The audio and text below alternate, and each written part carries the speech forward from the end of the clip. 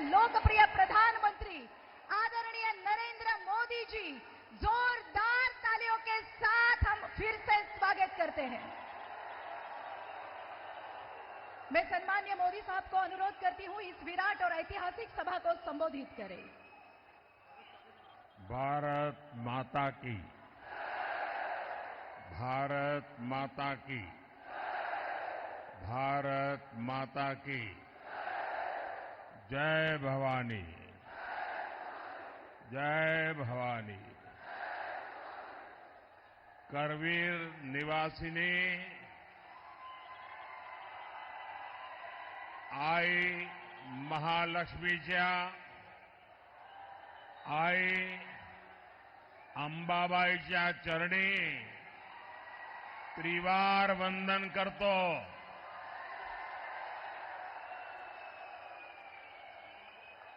तमाम कोल्हापूरकरांना माझा नमस्कार।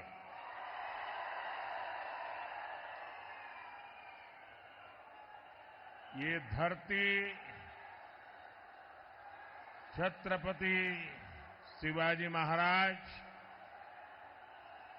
धर्मवीर संभाजी महाराज और छत्रपति साहूजी महाराज के आदर्शों की धरती है। मैं इन सभी महापुरुषों के चरणों में प्रणाम करता हूं। साथियों, आप सब जानते हैं मैं काशी का सांसद हूं और आज करवीर काशी आया हूं। ये मेरा सौभाग्य है। साथियों, हमारे कोल्हापुर महाराष्ट्र का फुटबॉल हब कहा जाता है।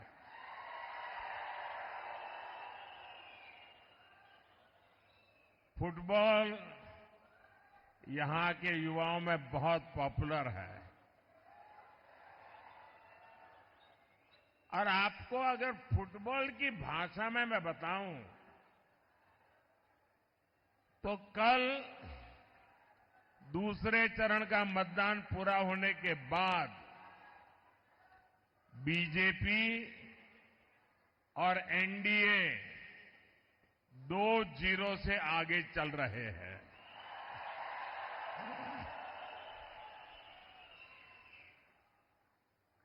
कांग्रेस और इंडिया अलायंस ने देश विरोधी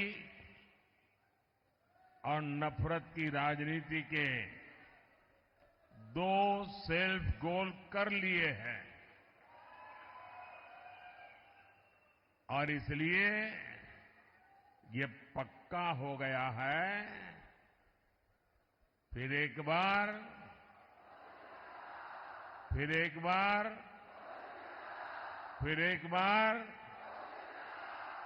अच्छा, जरा एक और नारा बुलवाना चाहता हूं आज कोल्हापुर की धरती पर। आप बोलेंगे? अभी मैं बोल रहा था फिर एक बार, अब मैं नहीं बोलूंगा, आप बोलेंगे फिर एक बार, ठीक है? गरीबों की सरकार, गरीबों की सरकार, एससी, एसटी, ओबीसी की सरकार, विकास को समर्पित सरकार, युवा को अवसर देने वाली सरकार, महिलाओं को सुविधा देने वाली सरकार। शाबाश।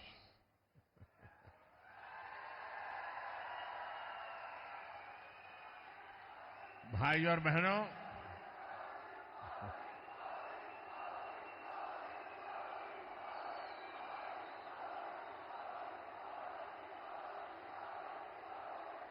अब तीसरे चरण में बॉल कैरियर की जिम्मेदारी कोल्हापुर वासियों के पास आने वाली है। मुझे विश्वास है आप ऐसा गोल दागेंगे, ऐसा गोल दागेंगे कि आगे के सारे राउंड भी इंडिया अलायंस वाले चारों खाने जीत रहेंगे।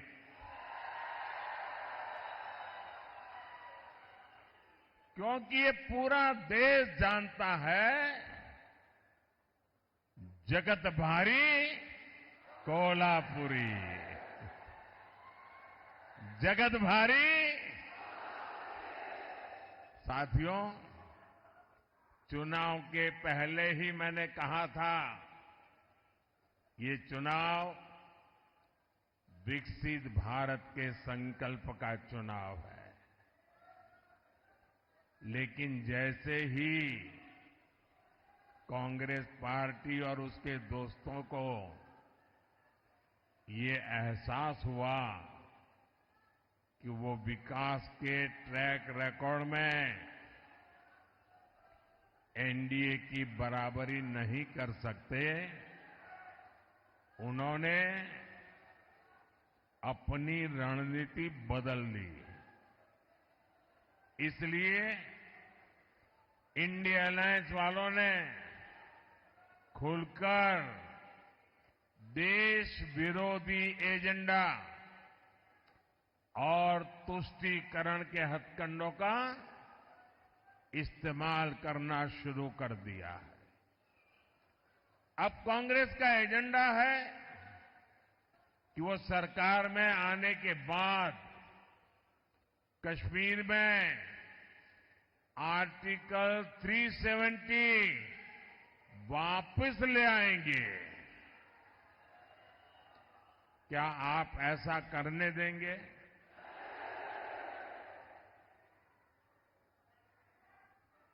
अब किसी में हिम्मत है कि मोदी के इस कदम को पीछे हटा सके? ये लोग कह रहे हैं कि इनकी सरकार बनी तो ये लोग सीएए कानून रद्द कर देंगे। क्या ये देश उनको करने देगा? और अगर करने जाएंगे तो उनकी हालत क्या होगी, उनको पता है क्या? अब आप मुझे बताइए, जिन लोगों के 3 अंकों में लोकसभा सीट जीतने के लाले पड़े हो, क्या ये इंडिया अलायंस वाले सरकार के दरवाजे तक भी पहुंच सकते हैं क्या? और उनका तो हाल ये है जी, वो ऐसी फॉर्मूला बना रहे, 1 साल 1 पीएम, ये फॉर्मूला निकालने में लगे हैं। अगर 5 साल मौका मिले तो 5 प्रधानमंत्री। अब इनको इसकी आदत हो गई। कर्नाटका में भी अभी सरकार बनी, उनकी पार्टी, उनका विजय। फॉर्मूला क्या? 2.5 साल 1 मुख्यमंत्री, 2.5 साल के बाद जो डेप्यूटी सीएम है वो मुख्यमंत्री। ये खेल खेल रहे। इन्होंने छत्तीसगढ़ में फॉर्मूला बनाई थी, 2.5 साल 1 मुख्यमंत्री, दूसरे 2.5 साल दूसरा मुख्यमंत्री। उन्होंने राजस्थान में फॉर्मूला बनाई थी, 1-2.5 साल 1 मुख्यमंत्री, दूसरे 2.5 साल। और हुआ क्या? ये फॉर्मूला निकालने वाले लोग 5 साल में 5 प्रधानमंत्री देश पर थोपने के सपने देखने वालों को ये देश कभी भी सहन करने वाला नहीं है। और इसलिए ये लोग देश पर गुस्सा उतार रहे हैं। कर्नाटका और तमिलनाडु में कांग्रेस और इंडिया अलायंस के लोग क्या भाषण कर रहे हैं? दक्षिण भारत को तोड़कर अलग देश बनाने की मांग कर रहे हैं। आप मुझे बताइए, अहद पेशावर, अहद पेशावर तहत तंजावर, हिंदवी स्वराज्य।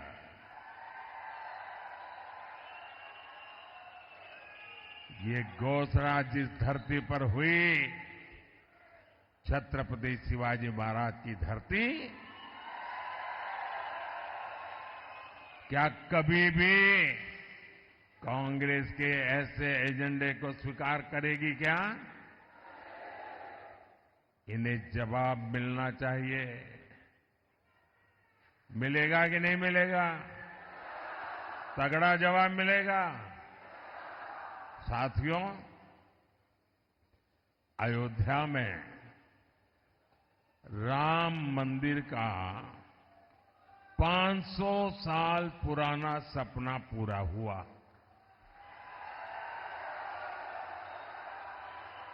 दशकों तक राम मंदिर को बनने से रोकने वाली कांग्रेस ने उसका भी बहिष्कार किया। और ये कांग्रेस कितनी अधपतन में गई है। ये राम मंदिर के जो ट्रस्टी है ना, ये अच्छे लोग हैं, तो कांग्रेस के सारे पाप माफ कर दिए और घर जाकर के निमंत्रण दिया कि नहीं भाई चलो, जो हो गया आओ। उन्होंने उस निमंत्रण को ठुकरा दिया।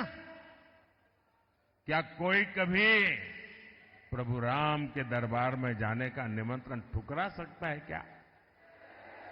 ऐसे लोगों पे भरोसा कर सकते हैं क्या? अरे कांग्रेस वाले, जरा आईने में चेहरा देखो। वो अयोध्या के अंसारी, अयोध्या का वो अंसारी परिवार जो जिंदगी भर राम मंदिर के विरुद्ध अदालत में केस लड़ता रहा। उसके पिताजी भी लड़ते रहे, वो भी गुजर गए, वो भी लड़ता रहा। लेकिन जब न्यायालय ने कहा कि भाई ये राम मंदिर है,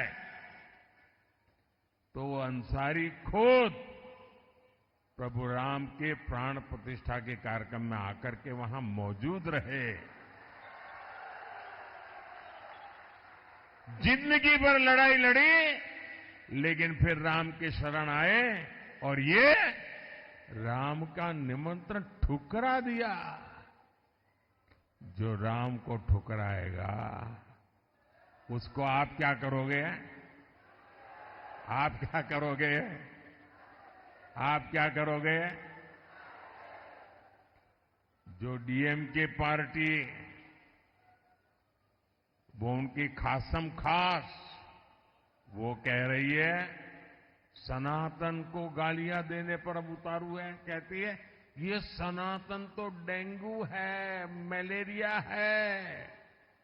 और जो लोग सनातन के विनाश की बात करते हैं, उन्हें इंडी अगाड़ी के लोग महाराष्ट्र बुलाकर उनका सम्मान करते हैं।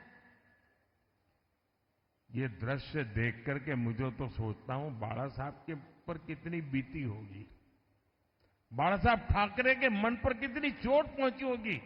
ऐसे लोग हैं ये। इतना ही नहीं, इंडी अगाड़ी वोट बैंक की राजनीति में इतना गिर गया है कि शिवाजी महाराज की धरती पर ये औरंगजेब को मानने वालों से जाकर के मिल गए हैं। नकली शिवसेना इन सब एजेंडों में इन लोगों के साथ कंधे से कंधा मिलाकर चल रही है। आज बाला साहब ठाकरे होते तो इनकी ये हरकतें बहुत दुखी करती, और आज भी उनकी आत्मा जहां भी होगी सबसे ज्यादा दुखी उनके इन कारनामों से होती होगी। साथियों, तुष्टीकरण और वोट बैंक की राजनीति करने वालों की नजर अब लोगों की कमाई और दलित पिछड़ों के आरक्षण पर पहुंच गई है। कांग्रेस के शहजादे उन्होंने घोषणा की है कि वो आपकी संपत्ति की, महिलाओं के गहने और सोने चांदी की जांच करवाएंगे। आपकी कमाई को कांग्रेस उन लोगों में बांटेगी जिनका ये देश पर पहला हक है, ऐसा बताते हैं। तुष्टीकरण के लिए कांग्रेस किसी भी हद तक गिर सकती है। साथियों, कांग्रेस ने एक और ऐसी घोषणा की है जो महाराष्ट्र के हर मतदाता को जानना जरूरी है। कांग्रेस ने ऐलान किया है कि आप जीवन भर जो कमाएंगे, अपने बच्चों के लिए जो कुछ भी जोड़ते रहेंगे, वो पूरा का पूरा आपके संतानों को नहीं मिलेगा। आज आपके पास गाड़ी है तो आप अपने बेटे को दे सकते हैं, घर है दे सकते हैं, खेत हैं दे सकते हैं। ये कांग्रेस के शहजादे फॉर्मूला लाए हैं। आपके न रहने के बाद आपकी पैतृक कमाई में से आधा हिस्सा कांग्रेस इनहेरिटेंस टैक्स लगाकर वसूल करना चाहती है। क्या आप अपनी मेहनत करके जो कमाई की है, पाई पाई बचाई है बच्चों के लिए, क्या उससे आप लूटने देंगे क्या? ये कांग्रेस की सरकार जो सपने देखती है उसको पूरा होने देंगे क्या? साथियों, महाराष्ट्र बाबा साहब आंबेडकर, छत्रपति साहू जी महाराज, ज्योतिबा फुले की धरती है। महाराष्ट्र की यह धरती सामाजिक न्याय का प्रतीक है, लेकिन कांग्रेस और इंडिया अघाड़ी ने सामाजिक न्याय की हत्या करने की भी ठान ली है। हमेशा बाबा साहब का अपमान करने वाली कांग्रेस अब दलितों, पिछड़ों के आरक्षण पर डाका डालने की तैयारी में है। कांग्रेस महाराष्ट्र समेत पूरे देश में आरक्षण का अपना कर्नाटका मॉडल लागू करना चाहती है। और ये कर्नाटका मॉडल क्या है? इस देश के दलितों ने, आदिवासियों ने, पिछड़ों ने, एससी, एसटी, ओबीसी सबने समझने जैसा है जी। बड़ा भयंकर है मॉडल। कर्नाटका में कांग्रेस सरकार ने ओबीसी कोटे में जो 27% आरक्षण है, वो मुसलमानों को देने के लिए उन्होंने क्या किया? रातों रात एक कागज पे थप्पा मार करके सभी मुसलमानों को ओबीसी बना दिया, रातों रात। और इसके कारण वो ओबीसी का जो कोटा था उसके हकदार बन गए, और जो ओबीसी को मिलता था वो पूरा का पूरा उन्होंने लूट लिया। भाइयों, अब ये फॉर्मूला ये पूरे देश में लागू करना चाहते हैं। आप करने देंगे क्या? करने देंगे क्या? 2012 में इंडी गठबंधन की सरकार ने ये कोशिश की थी, तब ये सफल नहीं हो पाए थे। इसलिए अब कांग्रेस संविधान बदलकर दलित पिछड़ों का आरक्षण धर्म के नाम पर बांटना चाहती है। ओबीसी के आरक्षण पर यह डाका क्या कभी कोई बर्दाश्त कर सकता है क्या? आप बर्दाश्त कर सकते हैं क्या? आप स्वीकार कर सकते हैं क्या? जिन लोगों ने कर्नाटका में पिछड़ों का आरक्षण छीना है, उन्हें देश में एक इंच भी सफलता नहीं मिलनी चाहिए। अवसर नहीं मिलना चाहिए। साथियों, कांग्रेस और इंडिया अघाड़ी का एक ही एजेंडा है, सरकार बनाओ, नोट कमाओ। लेकिन हमने इन 10 वर्षों में समस्याओं के स्थायी समाधान के लिए काम किया। एनडीए ने युवाओं और महिलाओं को केंद्र में रखकर काम किया। एनडीए ने आत्मनिर्भर भारत अभियान चलाया ताकि देश में उद्योग बढ़े। एनडीए ने स्टार्टअप इंडिया अभियान शुरू किया ताकि युवाओं को ज्यादा अवसर मिले। आज स्टार्टअप्स के मामले में भारत दुनिया में तीसरा सबसे बड़ा देश है। आज दुनिया में दूसरे नंबर पर सबसे ज्यादा मोबाइल फोन बनाने वाला भारत है। यानी जिस युवा को कांग्रेस ने नौकरी और रोजगार के लिए तरसा दिया था, भारत का वो युवा अब दुनिया की अर्थव्यवस्था को दिशा दे रहा है। अगले कार्यकाल में भाजपा एनडीए युवाओं को और ज्यादा अवसर देने के लिए प्रतिबद्ध है।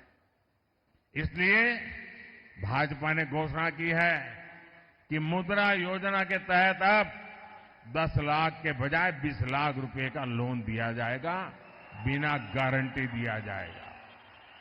अगले 5 साल में हमारी सरकार इंफ्रास्ट्रक्चर पर रिकॉर्ड निवेश करेगी। इससे भी युवाओं के लिए रोजगार के नए अवसर बनेंगे। साथियों, विकास में महिलाओं की भागीदारी विकसित हो और विकसित भारत की एक गारंटी है। इसलिए महिलाओं के लिए अवसर, उनकी सुरक्षा, ये मोदी की गारंटी है। पहले जिन सेक्टर्स में महिलाओं के काम करने की पाबंदी थी, मोदी ने उस पाबंदी को खत्म कर दिया। हमारी सरकार ने रोजगार मेलों के जरिए सरकारी नौकरी में लाखों भर्तियां की है। इससे सरकारी नौकरियों में भी महिलाओं की भागीदारी बढ़ी है। महाराष्ट्र में, यहां कोल्हापुर में सहकारी समितियों में महिलाओं की बहुत बड़ी भूमिका है। हमारी सरकार ने पहली बार अलग सहकारी मंत्रालय बनाया। हमने महिलाओं को आर्थिक रूप से मजबूत बनाने के लिए सेल्फ हेल्प ग्रुप का एक बड़ा आंदोलन खड़ा किया। इसी का नतीजा है कि पिछले 10 साल में 10 करोड़ महिलाएं सेल्फ हेल्प ग्रुप से जुड़ी हैं। यहां महाराष्ट्र में भी पिछले 10 वर्षों में सेल्फ हेल्प ग्रुप से जुड़ी महिलाओं को हजारों करोड़ रुपए की मदद दी गई है। अब हमारी सरकार सेल्फ हेल्प ग्रुप की 3 करोड़ महिलाओं को लखपति दीदी बनाने का संकल्प लेके काम कर रही है। साथियों, आज यही नारी शक्ति जब मोदी का सुरक्षा कवच बनकर खड़ी है, तो कांग्रेस वालों की जरा तकलीफ ज्यादा ही बढ़ जाती है। और आप भूलिएगा नहीं, वीरांगना ताराबाई के देश में कांग्रेस के युवराज शक्ति का विनाश करने की बातें करते हैं। साथियों, कोल्हापुर विकास और विरासत की संभावनाओं से भरा क्षेत्र है, लेकिन इंडिया अघाड़ी की सरकारों ने इस क्षेत्र की इतनी उपेक्षा की। आज केंद्र की एनडीए सरकार और मुख्यमंत्री एकनाथ शिंदे जी, देवेंद्र फडणवीस और भाई अजीत पवार की सरकार कोल्हापुर के विकास के लिए दिन रात काम कर रहे हैं। मुंबई बेंगलुरु हाईवे के विस्तार का काम तेजी से चल रहा है। शक्तिपीठ एक्सप्रेसवे के जरिए महाराष्ट्र का एक बड़ा हिस्सा आधुनिक कनेक्टिविटी से जुड़ने जा रहा है। हमने कोल्हापुर और क्षेत्र के नई ट्रेनें दी है और भविष्य में यहां वंदे भारत ट्रेनें भी चलेगी। हमने कोल्हापुर वैभववाड़ी रेलवे लाइन को मंजूरी दी है, जिससे कोंकण क्षेत्र की कनेक्टिविटी और बढ़ेगी। कोल्हापुर एयरपोर्ट के लोकार्पण का सौभाग्य भी मुझे ही मिला है। भाई और बहनों, इस क्षेत्र में अंबाबाई शक्तिपीठ का आशीर्वाद प्राप्त है। आने वाले समय में अच्छी सड़कों और सुविधाओं के कारण लाखों भक्त अंबाबाई के दर्शन करने आएंगे। यहां उद्योग, व्यापार और पर्यटन से जुड़े अवसर पैदा होंगे। आप मुझे बताइए, मोटा कमीशन न मिलने तक फाइलों को दबाकर बैठने वाले लोग याकूब मेनन की कब्र को संवारने वाले लोग, उनसे आप कोल्हापुर का, महाराष्ट्र का भाग्य बदलने की उम्मीद कर सकते हैं क्या? ये लोग महाराष्ट्र को आगे लेकर जा सकते हैं क्या? साथियों, 7 मई को महाराष्ट्र और देश का भविष्य तय करने के लिए एक बड़ा अवसर आ रहा है। मेरा आप सबसे अनुरोध है कि कोल्हापुर से एनडीए के उम्मीदवार भाई संजय मांडलिक जी और हाथकणंगले से धैर्यशील माणे जी, इनके पक्ष में भारी संख्या में मतदान करके मोदी के हाथ मजबूत कीजिए। आप इनको जो वोट देने वाले हैं ना, वो वोट सीधा सीधा मोदी को जाने वाला है।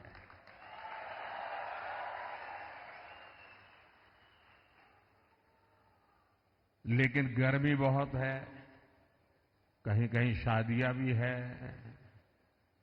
फिर भी मतदान ज्यादा होगा ना?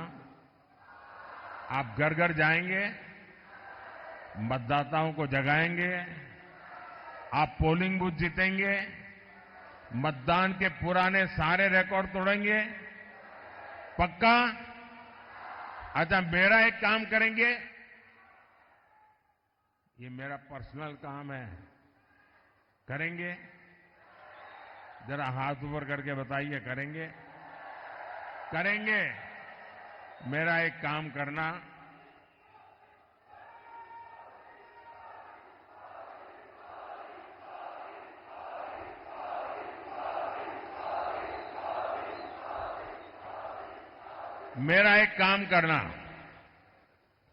यहां से जाने के बाद आसपास पड़ोस में, गांव में, मोहल्ले में जिन जिन लोगों को मिलना हो जाए, नहीं होता है तो जाकर के मिलिए, मेरी तरफ से मिलिए, और हर एक को कहना कि अपने मोदी जी कोल्हापुर आए थे और मोदी जी ने आपको प्रणाम भेजा है।